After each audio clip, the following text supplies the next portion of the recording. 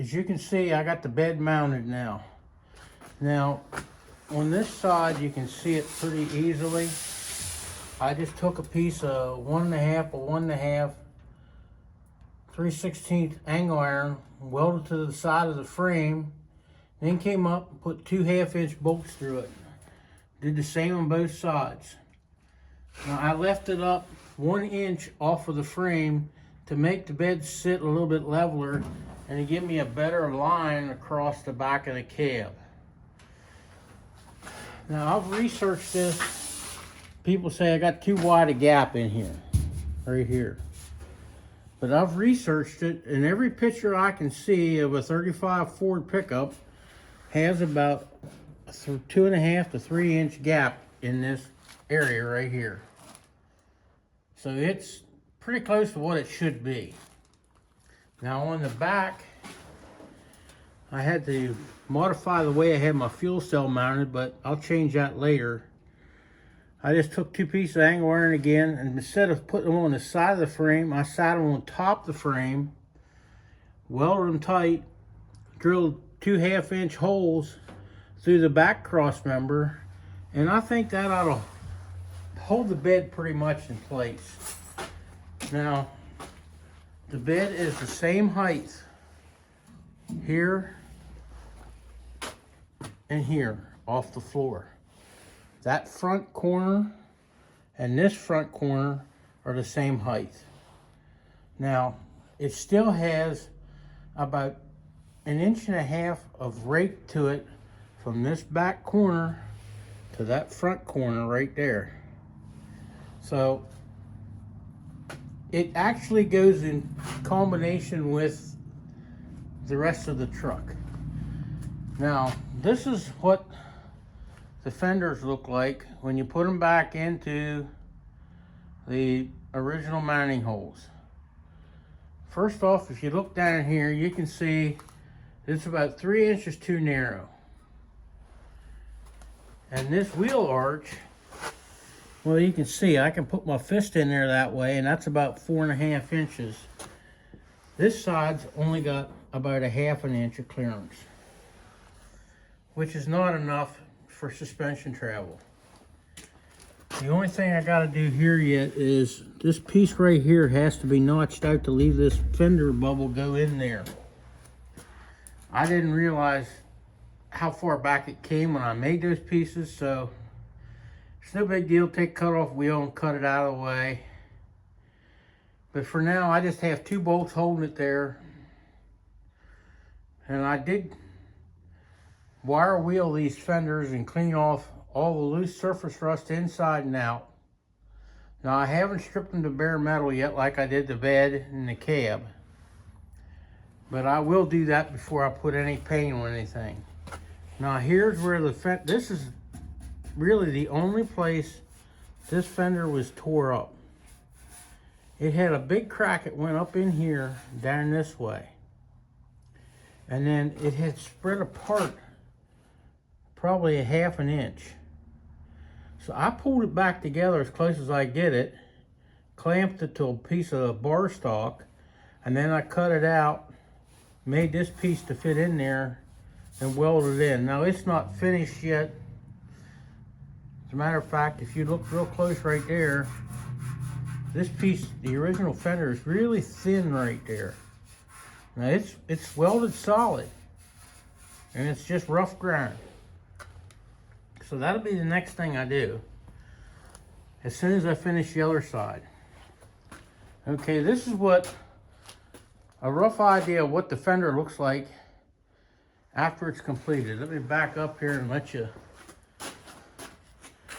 get a little bit better view of it. Now I got a little bit more space at the front than really what I needed, but I even took the fender and split it here.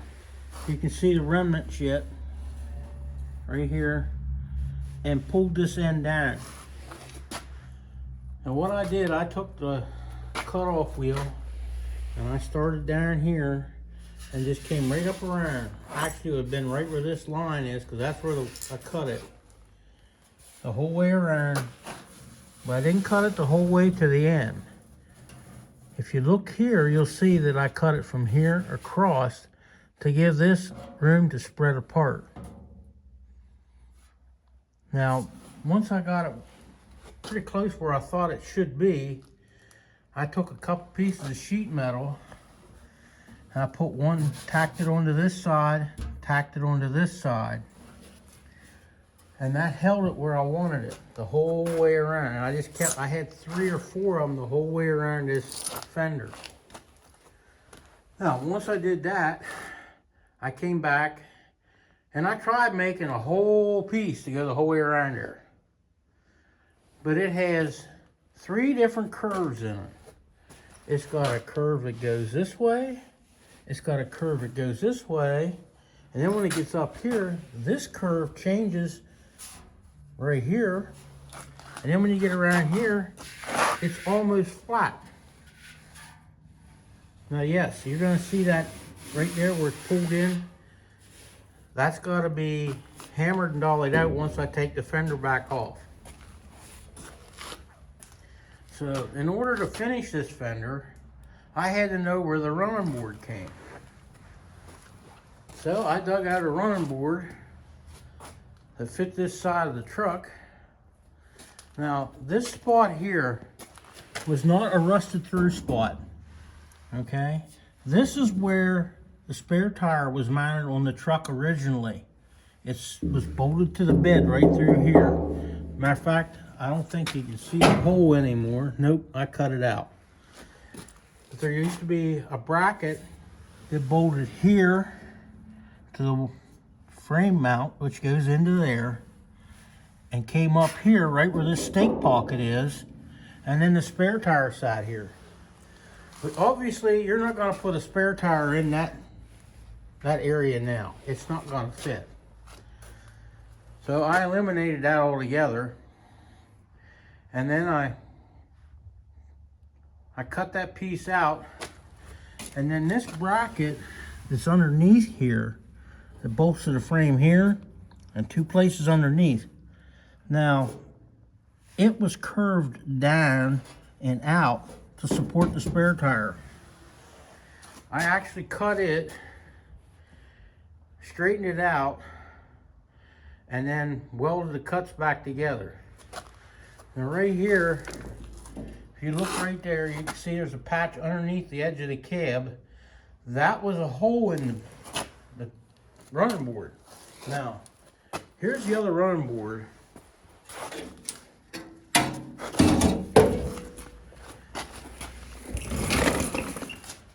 Okay, let me back up here enough so you can get an idea. You see the hole? That's exactly the same place it was on this side. Although it was lower on this side and more pronounced. It was a lot longer. So it actually came out into this bead. So I had to make a piece to fit in the running board. Also, if you look at this running board, this piece here is in pretty good shape the whole way up. It's not rusted through. Yes, it's got a few pits in here, but that's not going to hurt anything. This running board, the piece on the back side was going from the front end here to the back end here. So I had to make that. Now, if you look down the side of this running board, you can see it's not straight. The outside is straight, but the inside is anything but straight. It's got a nice curve to it. And if you look at the beads down here, you can see that they're actually further apart in order to follow the contour of the cab. If you look down here, you can see that bead just follows the contour of the cab door. Now once I got that piece made and welded in there, I just rough ground everything down and set it in place. Now I got an idea of where the back fender is going to come to. If you look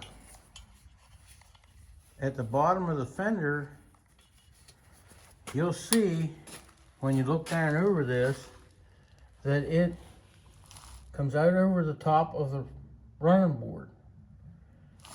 So that piece will have to be cut off, and a piece of probably 1/8 welded in there, so you got something to bolt the fender to. Because these fenders only have 5 bolts that go around the outside of them to the bed, where they're mounted here to the running board, and then 1 brace, which I just have a piece of rebar stuck in there now to the frame. That's why these fenders, every truck you see like this is going to have big cracks in the fenders. You're going down the road, they're going like this. But before I'm done, I will make a brace that goes from here the whole way around and goes to that top bolt right there, so that this piece will be mounted directly to the bedside the whole way across. You know, it's a little engineering involved in order to make that, but I'm quite happy with the way the fender turned out. Now my problem is right now, I gotta come up, I have the piece that went down from here, and it was, if it was on here, it would be extended down to there. But I cut the bottom of this off just so I had something square area to work with. Now I gotta put that piece back on, but it was all rotted out in this area here. All I have is this bead, and the curve of the bead comes around to about here, which means now I gotta widen this running board to go from here. You can see it's about 3 inches.